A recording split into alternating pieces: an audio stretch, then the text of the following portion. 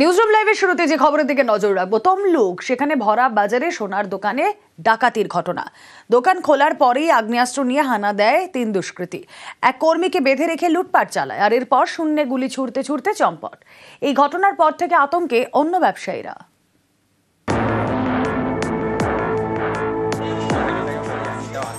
সোমবার সকাল প্রায় 10টা, সবে খুলেছে সোনার দোকান, তখন একজন মাত্র কর্মী। ঠিক এই সময় দুষ্কৃতী হামলা।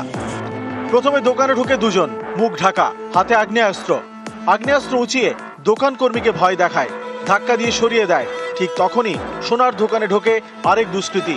এরপর শুরু হয় অবাধে লুটপাট।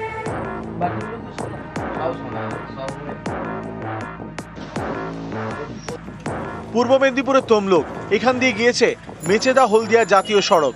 এই সড়কের পাশেই মিলনডঙ্গর বাজার। সোমবার সকালে এই বাজারেই সোনার দোকানে হানা দেয় 3 দুষ্কৃতী। তখন দোকানে ছিলেন একজন মাত্র কর্মী, তার হাত পা মুখ বেঁধে ফেলে। শুরু হয় লুটপাট, ভেঙে ফেলে লকার। অভিযোগ, সোনা, হীরের গয়না এবং নগদ টাকা নিয়ে চম্পট দেয় দুষ্কৃতীরা। দুজন প্রথমে ঢুকেছিল, একজন বন্দুক দেখিয়ে তারপর ওখান থেকে এখানে নিয়ে আসে, আসার পরে তারপরে আবার লাস্টে আবার একজন ঢুকেছিল। ক্যাশ ছিল আমাদের অনেকটাই, চলা ছিল, মানে ক্যাশ ছিল, সোনা ছিল প্রায় 500 টাকার মতন, আইটেম বানানো ছিল, আরও বন্ধকির জিনিসপত্র ছিল, সেগুলো নিয়ে গেছে। অর্ডারি মাল বানানো ছিল, সেগুলো নিয়ে গেছে। মিলননগর বাজার জনবহুল এলাকা। অ্যাকচুয়ালি সকাল 9টার সময় চুরি হওয়া মানে আমরা তো এলাকার মানুষের তো ভয়ভীতি হবে। তারপরে অ্যাকচুয়ালি রোড থাকতে অনেকটা ভিতরের দোকান, ভিতরে মানে চুরি হওয়া মানে এটা তো আতঙ্কের ব্যাপার।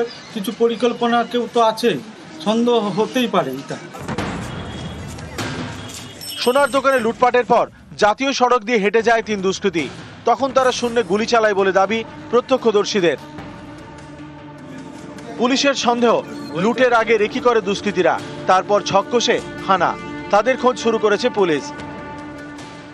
আমরা ফুটেজগুলো ভেরিফাই করে আমরা দেখছি কোন দিকে এরা বেরিয়েছে, আর ফার্দার আমরা এরকম যে ক্রিমিনালরা আছে তাদের সাথে আমরা ম্যাচ করে দেখছি যে এরা কোথাকার ক্রিমিনাল হতে পারে। তো আমাদের তদন্ত যা শুরু হয়েছে। তমলুক থেকে ক্যামেরায় সর্বানন্দ মিশ্রের সঙ্গে সুজিত ভৌমিক, নিউজ 18 বাংলা।